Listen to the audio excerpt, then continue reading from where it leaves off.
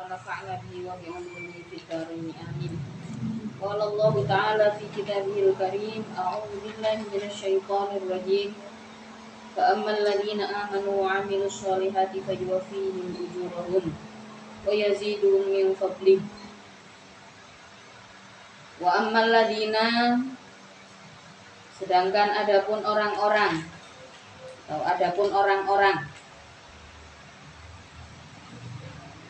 amanu yang beriman siapa alladzin, wa amilu dan beramal dan berbuat siapa alladzin as-solihati pada amal-amal yang baik, fayuwafihim maka memenuhi siapa Allah him pada alladzina amanu ujurahum pada pahalanya alladzina amanu. Sawaba a'malihim artinya sebagai pahala perbuatan-perbuatannya atau pahala amal-amalnya alladzina amanu. Wa yaziduhum dan menambah siapa Allah, wa yazidu dan akan menambah siapa Allah hum bagi alladzin min fadlihi dari anugerah Allah. Ma pada perkara, ma yaitu pada perkara la ainun yang tidak ada mata, itu ro'at yang bisa melihat apa ain atau yang pernah melihat apa ain, wala udunun dan tidak ada telinga, itu sami'at pernah mendengar apa udun, wala khotoro dan tidak ada imajinasi, tidak ada bayangan, ala qalbin basyarin atas hati manusia, ala qalbi basyarin, ala qalbi basyarin atas hati manusia. Masih sambungan dari ayat kemarin nih, mengenai orang-orang yang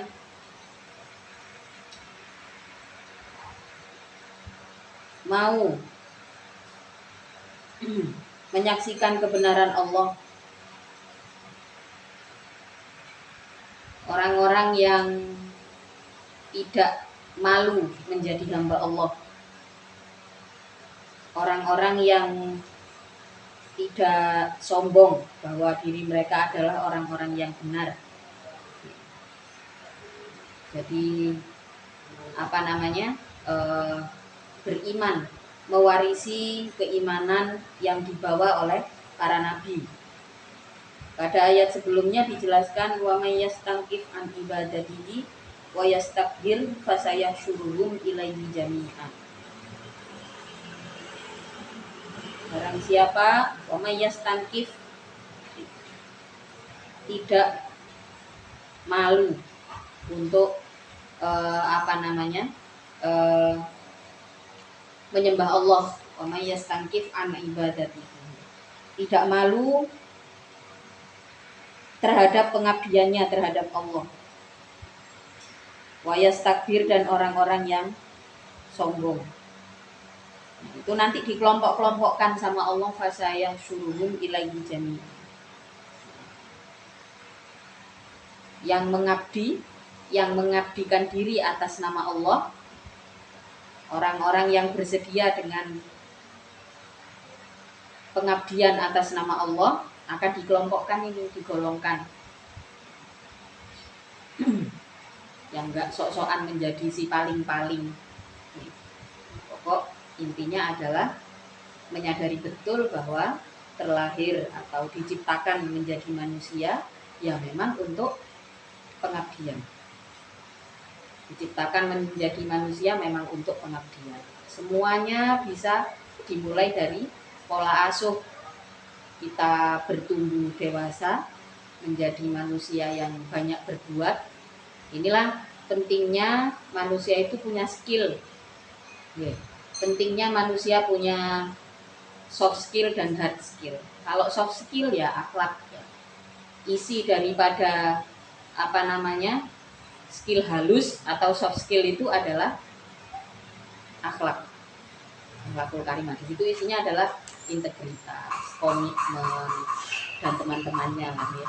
Itu masuk Soft skill ini jumlahnya lebih banyak daripada hard skill. Tapi seseorang bisa punya daya punya soft skill yang baik, ya, punya akhlak yang baik, itu kalau pernah pernah menggali hard skillnya, ya. Kalau orang pernah berusaha menemukan skill fisik, ya, hard skill itu kemampuan fisik.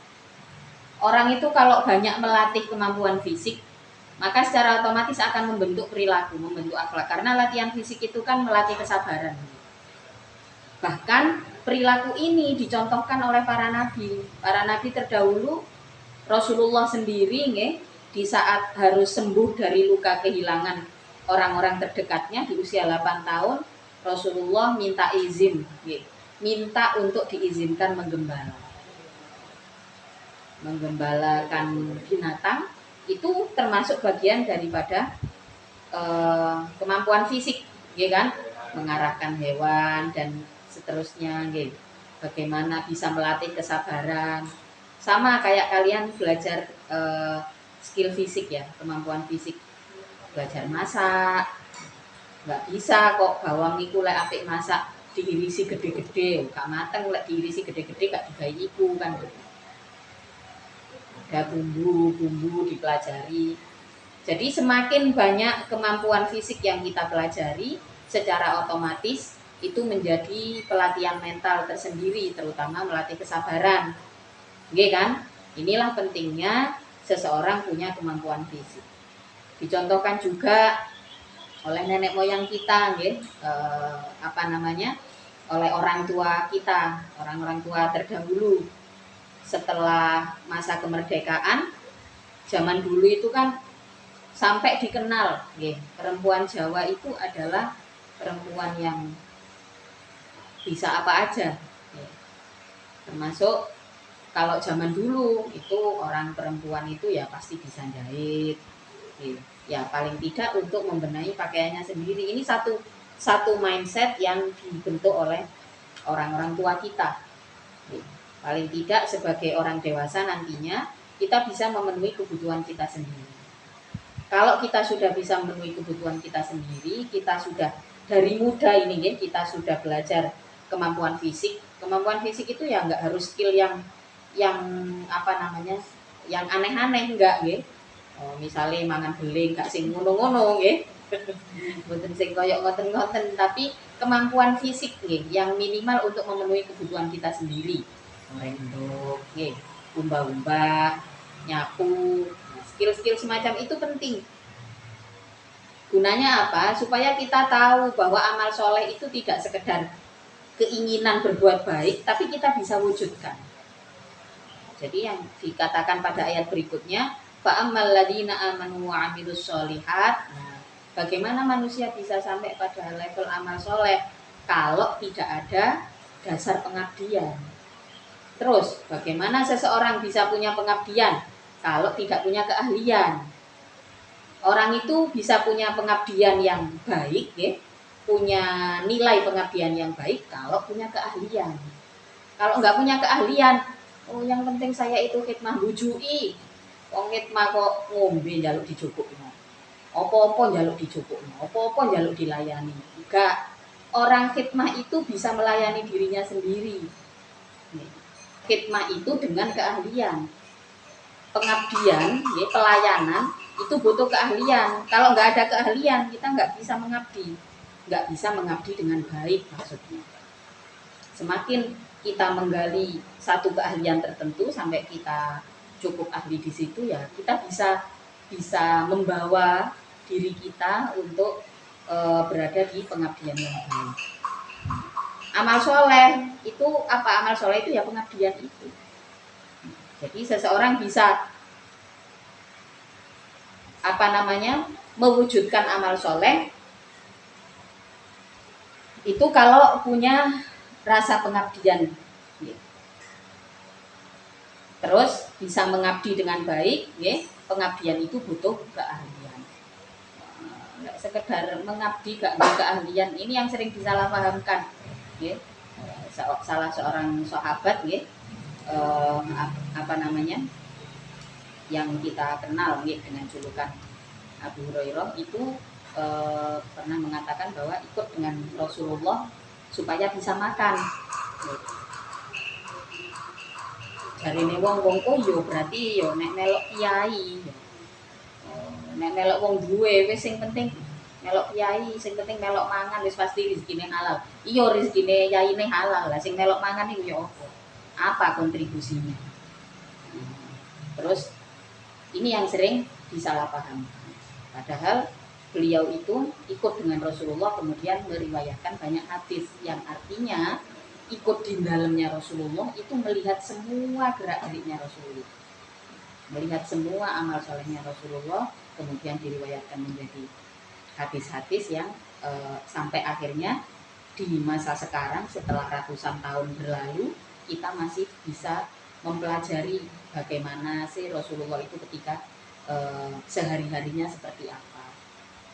Jadi ya kalau kita mau apa namanya amal soleh kita itu bernilai pengabdian, ya harus punya keahlian. Kalau nggak ada keahlian ngomong-ngomong amal soleh wis wujudi, karena amal soleh itu isinya adalah pengabdian. Tapi sholat juga, sholat iya, sholat itu kan ibadah kita pada Allah, sementara nilai daripada pengabdian itu lebih dari itu. Kita sholat 5 waktu sebagai tanda bahwa kita beriman, gitu nggih. Terus kita berbuat untuk sesama manusia sebagai tanda bahwa kita manusia. Kayak kucing, gak usah wis meneng ae ono sing keimanan. Jadi pengabdian itu ya kembali lagi adalah sebagai tanda bahwa kita itu manusia. Maka kenapa terkait mengabdi dan kesombongan seseorang yang tidak mau bergerak ini kok ayatnya dijadikan satu, karena memang sambung ya. Orang itu kalau apa namanya tidak merasa malu ya, gak gengsi lah ya istilahnya. Nek mboten gengsi pasti mau mengabdi, mau bermanfaat lah untuk lingkungannya, paling tidak untuk keluarganya sendiri. Ini kalau nggak gengsi ya, tapi kalau sudah gengsi ya sudah, nanti pasti ketemu dengan lingkaran orang-orang yang sama-sama gengsi. Itu makna ayat daripada makna daripada ayat wa may yastangkif an ibadatihi wa yastakbir fa sayahsyuruhum ilaihi jami'an. Sing gengsi ya akan ketemu dengan lingkaran yang seperti itu, ya. Sementara yang punya semangat, yang tidak merasa minder dengan pengabdian juga akan dipertemukan dengan potensi-potensi yang sama. Terus di ayat berikutnya dijelaskan fa'ammal ladina amanu wa 'amilus sholihat fayuwaffihim ujurahum. Amal soleh itu pasti berbalas pahala dari Allah. Ini dipastikan, dijanjikan secara pasti. Fayuwaffihim ujurahum, pasti dipenuhi pahalanya. Bahkan dikatakan wa yaziduhum min fadli, ditambahkan karena ada anugerah Allah. Berarti sakarepe Gusti Allah, sakarepe Gusti Allah.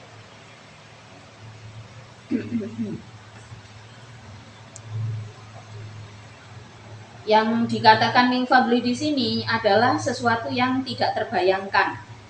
Ya, bisa jadi dalam bentuk barokah, dalam bentuk manfaat. Ini yang dimaksud dengan anugerah Allah. Kita kerja seakan-akan hasilnya cuma segini, tapi kok ya cukup. Untuk bertahan saya ada teman apa namanya, teman pondok, pekerjaannya sekarang jadi guru TK. Terus sempat cerita-cerita lah, ada beberapa teman saya memang apa namanya beberapa ngajar, yang enggak, ada yang di SD, ada yang di TPQ gitu ya. Terus ada salah seorang yang cerita apa namanya, enggak curhat ya, cerita kayak menceritakan hidupnya bahwa tentang fadl Allah, tentang anugerah Allah, yang kelihatannya penghasilan saya itu cuma segini tapi kok ya alhamdulillah cukup buat sudah bayar listrik, habis itu untuk apa namanya untuk sekolah anaknya. Bahkan di saat dia punya anak itu masih mengambil S1, berarti kan ada lagi tambahan biaya kuliah. Nah terus kok ternyata cukup. Nah ini yang dimaksud dengan fadl atau anugerah Allah. Dan anugerah ini bisa kita rasakan kalau kita nggak salah perhitungan. Salah perhitungan itu dalam artian wis lah tak menengahin kok lah ono air rezeki ini, nah ini salah perhitungan sebenarnya. Tapi enggak, kita juga ngitung, kadang-kadang ada khawatirnya, aduh cukup enggak ya bulan ini waktunya bayar ini, terus misalkan tiba-tiba ada orang tua sakit gitu, atau anak sakit, atau diri sendiri lah gitu, yang sakit gitu. Ternyata dengan amal soleh, ya, dengan pergerakan yang dilakukan, loh kok ternyata cukup. Nah ini yang dimaksud dengan fadl atau anugerah Allah. Oleh mufasir dikatakan fadlihi, anugerah Allah itu apa? Mala ainun ro'at, sesuatu yang tidak pernah kita lihat, sesuatu yang tidak pernah kita lihat, tidak pernah kita dengar, ya, juga tidak pernah dibayangkan. Ya wis moro-moro ono ngoten ya, tiba-tiba lu kok cukup gitu ya. Dan ini nggak terhitung, nggak terbayangkan sebelumnya, gitu. Tidak terhitung dan tidak terbayangkan sebelumnya. Jadi nanti kalau kalian semakin dewasa, mudah-mudahan kualitas imannya semakin baik, ya, maka fadl Allah ini akan benar-benar terasa. Di tahun 2018, ya, saya melakukan pengobatan di Malaysia nih untuk Abi sama Umi. Kalau dihitung angkanya, seakan-akan nggak mungkin karena pada saat itu Umi itu operasinya adalah aneurysm, di mana penyakit itu di sini belum ada dokter yang menangani. Dokter yang menangani Umi itu adalah dokter dokter neurologi yang menangani untuk Indonesia, Malaysia, dan Singapura. Jadi di 3 negara ini hanya ada 2 orang. Otomatis gantian nih, negara ini gantian. Tapi Umi disarankan untuk ke sana karena prakteknya memang beliau di sana. Cuman kadang-kadang didatangkan ke Jakarta, kadang-kadang didatangkan ke Singapura gitu. Biayanya otomatis nggak murah. Abi juga pada saat itu harus pasang ring jantung karena Abi itu sudah lama nih. Jadi sebelum operasi itu ada hampir sekitar mungkin 7 atau 8 tahun ada sakit jantung. Pasang ring, umumnya orang di sini pasang ring cuma satu. Ya, cuman 1 ring. Nah, itu langsung pasang 5. Kalau dilihat angkanya, gitu, dengan pelayanan, dengan ruang yang ada, gitu, hitung untuk 2 orang tok ini berapa jumlahnya kalau di sini. Nah ini termasuk bagian dari fadlnya Allah yang membuat cukup. Ternyata hasil dari amal soleh, hasil dari pekerjaan yang profesional, ya, kemudian hasil dari hubungan dengan orang-orang, berhubungan baik dengan orang-orang, itu ternyata ya ini termasuk fadlnya Allah, ya, sebuah anugerah yang tidak terbayang sebelumnya. Bahkan di beberapa bulan kemudian pada tahun tersebut Mbak Yai Huda Ploso itu tangannya kan kayak patah di sini, itu juga dibawa ke sana juga sama Abi gitu, dengan pelayanan medis yang cukup bisa dikatakan lebih sangat-sangat bagus lah gitu di sana. Itu juga nggak kebayang seberapa. Ini dari mana? Apakah ini sesuatu yang terbayangkan? Tentu tidak. Boten terbayang sebelumnya akan mengalami sebuah perjalanan medis, ya, sebuah proses pengobatan secara medis yang segitu profesionalnya dengan dokter-dokter yang bisa dibilang, karena untuk kasus aneurysm itu nggak cukup 1 dokter.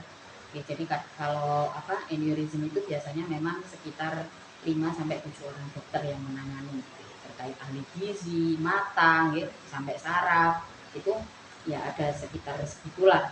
Dan karena itu rumah sakitnya internasional, ya, dokternya juga internasional juga gitu, dari mana-mana. Itu adalah fadl atau anugerah yang tidak terbayangkan sebelumnya.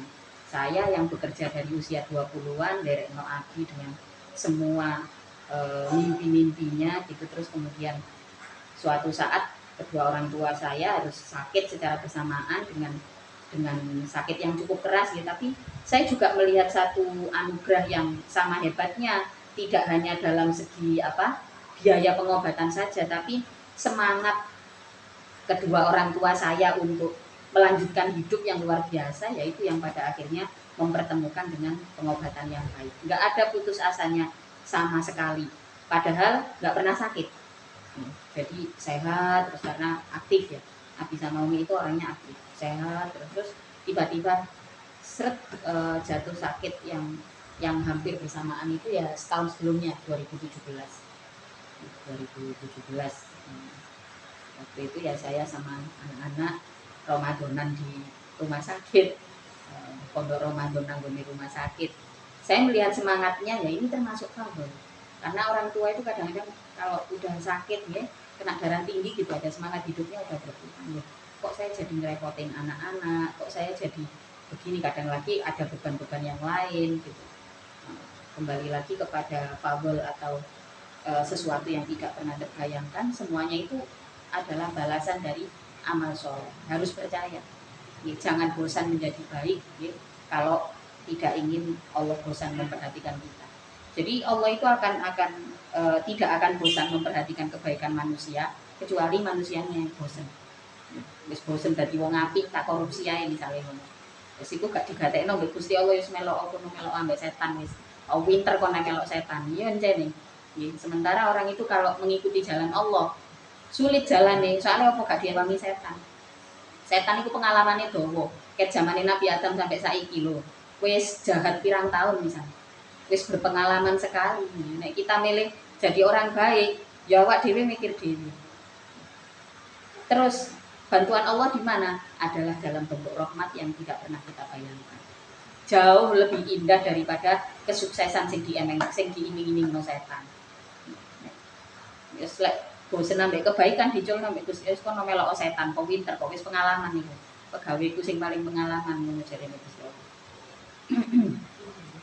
Fa ammal ladina amanu wa amilus sholih. Wa ammal ladina adapun orang-orang istangkafu yang mencegah siapa alladin wastakbaru dan sombong siapa alladin an ibadatihi dari hamba Allah fayu'adzibu itu fayu'adzibu maka akan diadab disiksa fayu'adzibu itu fayu'adzibu maka akan menyiksa siapa Allah hum pada alladin yang kedua ya, jangan kembali ke yang pertama. Adaban dengan siksaan aliman yang pedih. Mukliman artinya yang dipedihkan. Dua adapun adab itu adabun nari siksa neraka wala yajidu dan tidak akan menemukan siapa alladzina stangkafu wastakbaru lahun bagi dirinya alladzin min dunillahi dari selain Allah. Aywairihi artinya selain Allah waliyan pada penolong.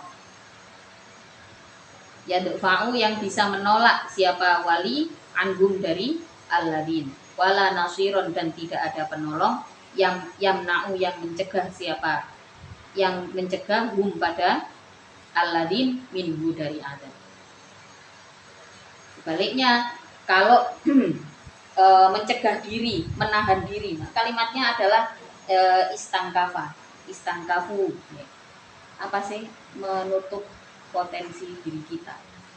Kalimat istangkafa di sini memiliki makna mencegah diri dari berbuat baik.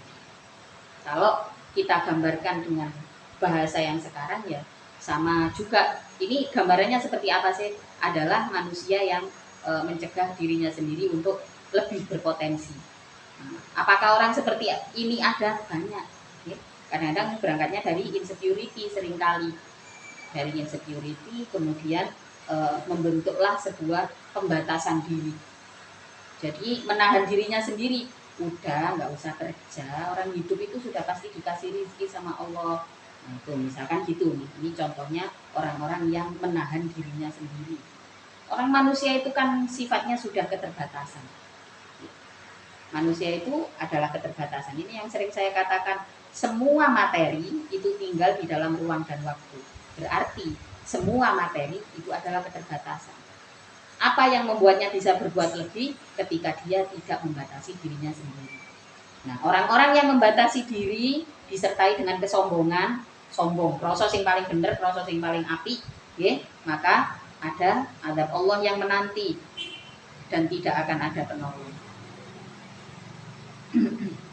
Ya ayuhan nasu, wahai umat manusia. Wahai manusia, qad jaa, benar-benar datang kepadamu apa burhanun, hujjah. Apa burhanun? Burhan itu petunjuk ya, atau hujjah. Hujjatun yaitu dalil yang menunjukkan mir rabbikum, dari Tuhanmu, alaikum, atas dirimu. Dua, adapun burhan itu an-nabi sallallahu alaihi wasallam, Nabi Muhammad sallallahu alaihi wasallam. Wa anzalna, dan menurunkan aku ilaikum, bagimu, nuron, pada cahaya, mubinan, yang jelas, bayinan artinya yang jelas. Wa huwa, adapun nur itu Al-Qur'anu, Al-Qur'an. Fa ammal ladina, maka adapun orang-orang amanu yang beriman, siapa alladzin billahi, dengan Allah, wa'tasamu, dan berpegang siapa alladzin bihi, dengan Allah, fasayudkhiluhum, maka akan memasukkan siapa Allah hum, pada alladzin, fi rahmatin, di dalam rahmat atau rasa kasih, cinta kasih, minhum, dari minhu, dari Allah. Wa fadlin, dan anugerah. Wa yahdi, dan akan menunjukkan siapa Allah him, pada alladzina amanu ilaihi, terhadap agama Allah, menunjukkan siraton, pada jalan, thoriqon artinya jalan, mustaqiman, yang lurus, yang benar. Fa ammal ladzina amanu billahi wa'tasamu bihi fasayudkhiluhum fi rahmah. Iming-imingnya setan itu kuat, ya. Tadi yang saya katakan, pekerjaan setan itu tidak pernah berhenti mulai dari zaman Nabi Adam sampai zaman sekarang. Bisa dibayangkan seberapa ahlinya setan itu, coba. Kalau kita beriman, kita memilih beriman kepada Allah, fasayudkhiluhum fi rahmatin minhu wa fadli wa yahdihim ilaihi siratan mustaqim. Kalau kita sudah memilih iman, maka kita akan masuk ke dalam lingkaran cinta kasih Allah. Ada apa saja di situ? Nah, ada cinta kasih Allah, ya, di antara gambaran yang salah satu hal yang digambarkan di dalam Al-Hikam, ya. Bagaimana kita bisa melihat rahmat Allah? Salah satunya adalah rasa kasih kita terhadap yang lebih muda, rasa hormat kita terhadap yang lebih tua. Kalau seseorang punya rasa itu di dalam hatinya, maka sudah pasti, ya, itu berada di dalam lingkaran rahmat Allah. Wa fadlin, dan anugerah Allah, petunjuk Allah, ya, petunjuk terhadap jalan yang lurus. Yang ini kita yang tadinya nggak tahu apa-apa, saingan kita itu bukan setan, ya. Saingan kita itu bukan setan. Siapa? Ya, diri kita sendiri sebenarnya. Nek saingan ambek setan, ngawak dhewe gak iso ndelok setan. Apa yang bisa membuat manusia lebih unggul daripada seluruh makhluk, ya? Ketika di hatinya ada iman, kemudian bertemu dengan rahmat dan anugerah Allah. Itu jelas dia mendapatkan keutamaan yang bahkan oleh manusianya sendiri tidak terbayangkan. Gak bayang awak dhewe luwih taat, iso bisa lebih taat daripada para malaikat, ya. Gak bayang kita menyadari kadang nafsu itu berdatangan, gitu ya. Atau kita bayangkan kita bisa lebih cerdik dari setan, lawang gampang diganggu sampai setan. Jadi kalau kita sudah ada iman, rahmat Allah yang akan menunjukkan jalan kepada kita. Dua, adapun siratal mustaqimah itu dinul islami, agama Islam. Yastaftu siratal mustaqimah, sudah titik, ya. Yastaftu, akan bertanya siapa alladzin kepadamu, fil kalalati, di dalam masalah kalalah. Padamu ini kitabnya adalah Rasulullah, ya. Kul, mengucapkanlah engkau, Allahu, adapun Allah itu yufti, memberi keterangan hukum, siapa Allah, kum, padamu, fil kalalati, di dalam masalah kalalah. Apa kalalah itu? Kalalah adalah inimruun. Apabila mati siapa seseorang. Marfu'un adapun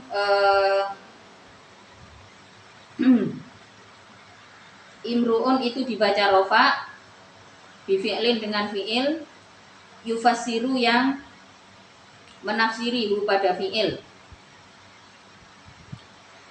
hu pada ya pada fi'ilnya fa'il itu ya. Apa halaka? Lafat halaka. Halaka artinya mati. Siapa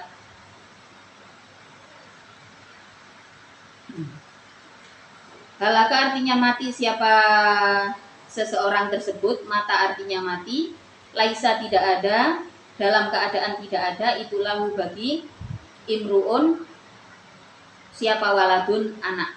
Jadi kalalah itu adalah masalah waris yang dimana seseorang atau mayit si mayit ini tidak punya anak. Nah, itu masuk dalam golongan kalalah. Jadi kalalah itu masalah waris ketika mayitnya nggak punya anak. Ai wala walidun artinya juga tidak ada orang tua. Wahwa adapun imru itu al kalalatu disebut kalalah. Walahu dan itu bagi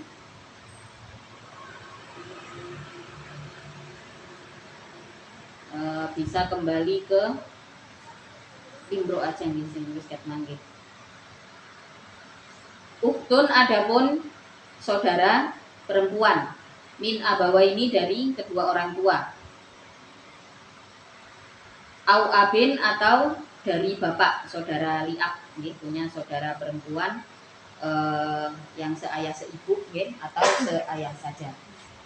Apa bagiannya? Falaha maka itu tetap bagi uktun nisfuma adapun sebagian harta taroka yang meninggalkan siapa imru. Wahwa adapun akun ail aku artinya saudara laki-laki itu kadzalika sebagaimana nisfuma tarok. Wahwa yaitu yarisu mewaris siapa pada tirkah. Jami ama artinya pada seluruh harta tarokat yang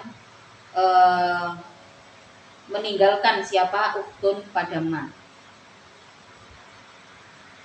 Ilam yakun apabila tidak ada itulah bagi uktun siapa waladun anak.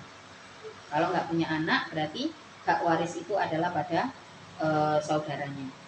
Fa'ingkana maka apabila ada itulah bagi uktun siapa waladun anak dakarun yang laki-laki fala syai'ah maka tidak ada itu maujud lahu bagi walad.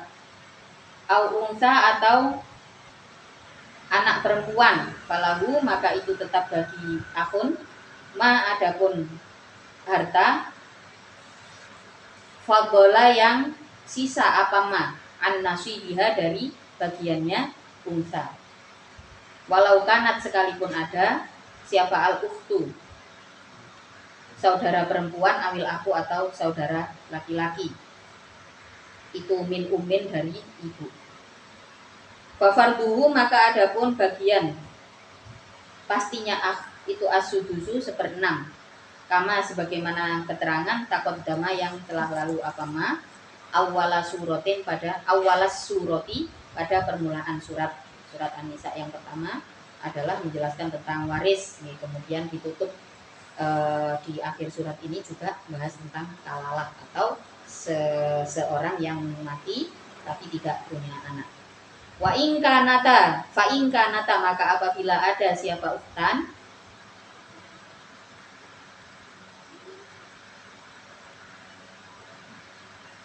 ail ukhtani artinya dua saudara itu isnataini dua perempuan ai fasoidan atau lebih, li'annaha atau lebihnya, li'annaha karena sesungguhnya ayat itu nazalat turun apa ayat fi Jabirin di dalam menjelaskan tentang Jabir. Fa in kana tasnata ini wa qad mata benar-benar meninggal siapa Jabir an akhawatin dari meninggalkan saudara-saudara perempuan. Fa in kana tasnata ini falahuma itu falahuma maka bagi isnata ini as-sulusani adapun 2/3 mimma dari perkara taroka yang meninggalkan pada ma siapa al-akhu saudara laki-laki. Wa ingkanu dan apabila ada siapa ahli waris ail warosati artinya beberapa ahli waris itu ikhwatun beberapa saudara rijalan yaitu laki-laki wanisaan dan perempuan valid zakari maka itu bagi saudara laki-laki minhum dari warosah mislu hadzil unsaya ini adapun bagiannya dua perempuan. Adapun bagiannya dua perempuan yubayinu menjelaskan siapa Allah lakum padamu syara'i adinikum pada tatanan atau syariat-syariat agamamu. Li'alla tadillu supaya tidak tersesat engkau.